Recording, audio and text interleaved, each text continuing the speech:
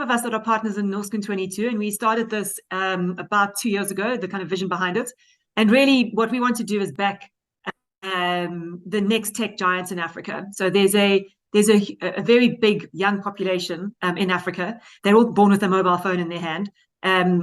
There's a problem of access to services and goods and services at a price point that they can aspire to.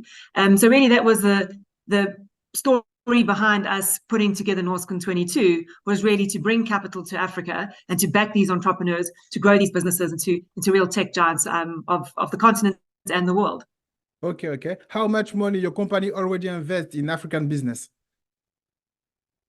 So we've raised $205 million. So that's the size of our fund, and we've only just raised it now. We had our first close in November. We had our final close in November. So really the idea now is to invest and back businesses. We've already invested in 5 businesses, and we put about $35 million to work. Okay, interesting. What are the main sources of funding available for entrepreneurs in Africa?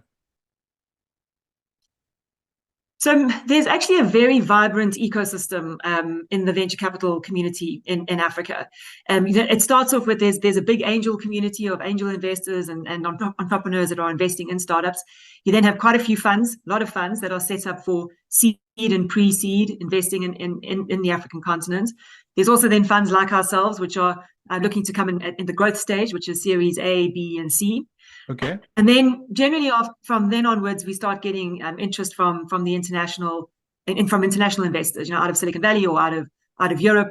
And then there's also obviously then once the businesses get really, really much larger, then it starts attracting the interest of international private equity houses and venture capital firms. Okay. What are the most attractive sectors for investors like you in Africa? So the sectors that we look to invest in are sectors that are solving real world problems and that can scale really quickly. So the problem that we're trying to solve is a problem of access. So it's access to financial services, it's access to economic opportunity, it's access to healthcare, education. So that's the kind of businesses that we're looking to invest in, the kind of sectors that we're looking to invest in. So really across financial services, market enablement, education, edtech, and healthcare. Okay, so what common mistake do entrepreneurs make when they're seeking fund in Africa? I don't know if there's, but say there's mistakes that entrepreneurs make. I'd say it's probably, what I will say is, obviously when an entrepreneur is looking for funding, there's, their passion has to come through. Obviously, I mean that's really important. But you also want them to be measured. And be very transparent and honest about the problems that they've had, about some of the challenges that they're facing, because that makes us then as an investor feel a lot more confident that that they've kind of seen the bigger picture, and they're not trying to gloss over some of the issues. So I'd say that real transparency is something that we seek out in founders that we look to back.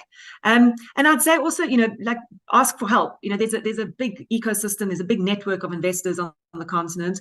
Everybody has a slightly different network and is plugged into different parts of that ecosystem. So speaking to investors and asking them, who would you speak to? Who should I be speaking to that would be interested in this opportunity? I think you'd be able to raise the capital a lot quicker and easier by asking for help.